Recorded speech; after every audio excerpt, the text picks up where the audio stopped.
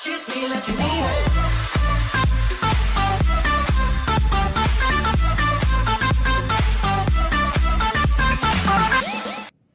Bonjour à tous, donc nous voici à notre deuxième jour ici au sanctuaire de Pontmain et donc nous avons la chance de pouvoir interviewer le père recteur du sanctuaire. Bonjour mon père. Bonjour. Pourriez-vous vous présenter s'il vous plaît?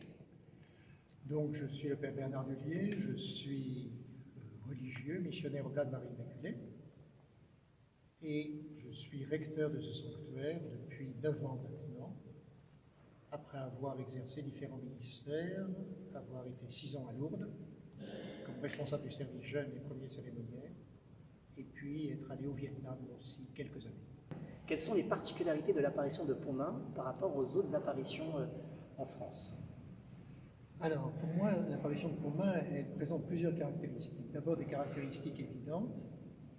À Pontmain, la Vierge ne parle pas.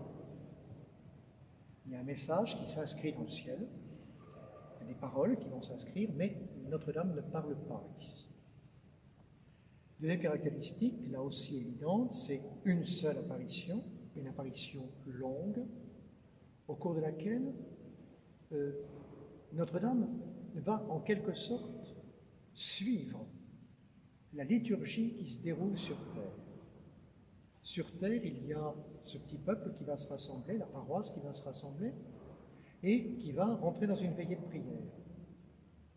Et c'est au rythme de cette veillée de prière que Notre-Dame va diffuser son message, mais en se calquant sur la veillée de prière qui se déroule là, dans la grange, au sol. Notre-Dame rentre en quelque sorte dans le projet de ce petit peuple, mais pour y délivrer le message de la présence de Dieu. Et ça, je trouve ça absolument bouleversant ici, que le ciel se plie à ce que nous sommes en train de vivre pour nous dire ce qu'il a envie de nous dire. C'est le cœur de l'apparition, c'est la croix. Quand est-ce que Marie va présenter la croix? Eh bien, quand les gens qui jusqu'alors avaient prié la Vierge, ils avaient récité le chapelet, ils avaient chanté les litanies, ils avaient chanté le Salve Regina. Et là, ils s'adressent au Christ. C'est le premier chant, le Parce Domine, le premier chant de la veillée de prière où l'on s'adresse au Christ. Et l'on s'adresse au Christ crucifié. Et à ce moment-là, la grande croix rouge apparaît et Notre-Dame présente la croix rouge. Donc, en quelque sorte, l'apparition vient confirmer ce que les gens sont en train de prier, mais le porter à son apogée, à son maximum, à son sommet. Et ça, c'est quelque chose que je trouve assez extraordinaire dans cette apparition. C'est la seule apparition, à ma connaissance, où toute la paroisse est rassemblée.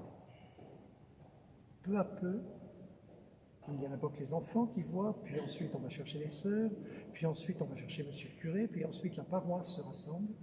Et finalement, c'est comme la réussite de ce que le curé Guérin avait tenté de faire pendant 35 ans.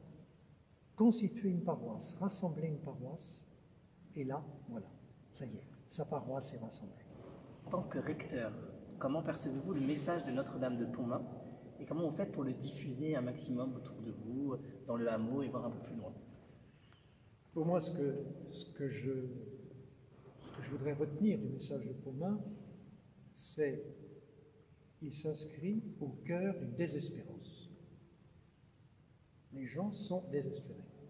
Désespérés par la guerre, désespérés par le froid, désespérés par on ne sait plus ce qu'on va manger, désespérés par l'absence des jeunes gens qui sont partis, on ne sait pas trop s'ils vont revenir. Donc on est au cœur de la désespérance.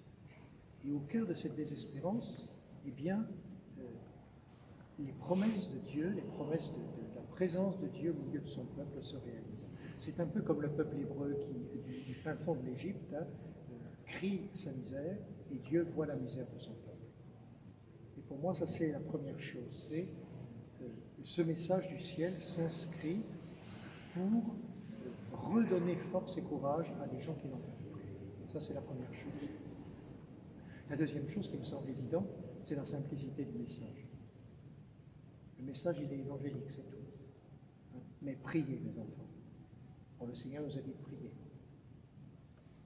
Dieu vous exaucera. Le Christ a promis que lorsque vous deux ou trois serez réunis en son nom, je suis là au milieu d'eux et le Père vous exaucera.